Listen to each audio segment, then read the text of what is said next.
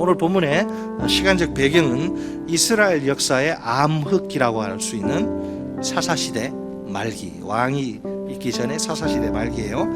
안타깝게도 종교 지도자들, 제사장들의 삶은 영적 나태와 부도덕 속에 있습니다. 윗물이 맑아야 아랫물이 맑은 법이 아닙니까? 더러운 윗물의 영향으로 아랫물인 일반 백성은 타락의 깊은 늪에 빠져 있습니다. 참으로 큰 문제가 아닐 수 없습니다. 사실은 이것보다 더 심각한 문제가 있습니다. 뭘까요? 진리의 빛이신 하나님의 말씀이 희귀해진 것입니다. 영적으로 검은 짙은 그늘이 이제 드리워진 시대입니다. 자, 이토록 어두운 시대 속에서 희망을 기대할 수 있을까요? 희망을 노래할 수 있을까요? 본문은 우리에게 어둠 속에 소망을 비추는 한 아이를 소개합니다. 여호와를 섬기는 아이, 한 아이. 이 아이의 이름은 사무엘입니다. 사무엘은 평범한 집안에서 태어납니다. 신분의 한계를 가진 아이입니다. 솔직히 그는 제사장이 되는 게 거의 불가능한 처지입니다. 대신 지금 제사장 엘리를 도와 여호와를 섬기는 종 사환으로 일하는 중입니다. 그런데 신기한 일이 벌어져요. 이때 그는 아직 제사장이 되지 않은 상태입니다. 어떤 이유에서인지는 몰라도 아주 놀랍게도 그가 제사장 엘리를 도와 여호와 하나님을 섬깁니다. 벌써 제사장의 옷을 입고 일합니다. 정확한 이유가 무엇인지는 아무런 언급이 없어 알지 못합니다. 그러나 2장 11절을 통해 제사장직이 후에 이제 사무엘에게 넘겨질 것이 암시됩니다. 아이 사무엘의 어떤 점 때문에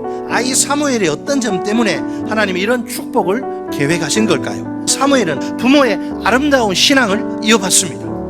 또한 사무엘은 아직 미숙한, 아직 발달이 덜 된 아직 미숙한 아이에 불과하지 않습니까? 그럼에도 불구하고 하나님을 섬기기 위해 자기에게 맡겨진 일을 성실히 수행합니다. 오늘 본문에 나타난 것처럼 때론 홀로 여호와의 전을 지키기도 합니다. 하나님은 어리지만 이런 모습을 가진 사무엘을 크게 기뻐하십니다. 이처럼 사무엘은 부모의 신앙을 이어받고 어릴 때부터 하나님을 섬기며 자랍니다. 이런 모습을 가리켜 성경은 사무엘이 여호와 앞에서 자란 것이라 표현합니다. 본문을 보니 사무엘은 이날도 변함없이 묵묵히 여호와를 섬깁니다. 홀로 하나님의 전을 지킵니다. 바로 그때 하나님이 사무엘을 부르십니다. 여러분, 하나님은 자신이 쓰시려는 아이가 어리다고 그냥 두지 않으십니다. 그 결과 사무엘은 자기 인생에서 처음으로 하나님을 직접 체험합니다. 그분의 말씀을 생생히 듣습니다. 어린 사무엘이 자신에게 찾아오신 하나님을 체험하고 그분의 말씀을 듣자 그의 인생이 바뀝니다.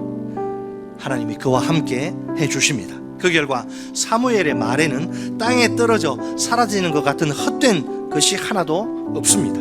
이렇게 자라난 사무엘은 때가 되어 이스라엘의 선지자로 세워집니다. 오늘 이 시대가 영적으로 너무나 어둡습니다. 얼마나 악하고 음란하고 더러운지 몰라요. 영적 타락과 부패가 갈수록 심각해져만 가는 상황입니다.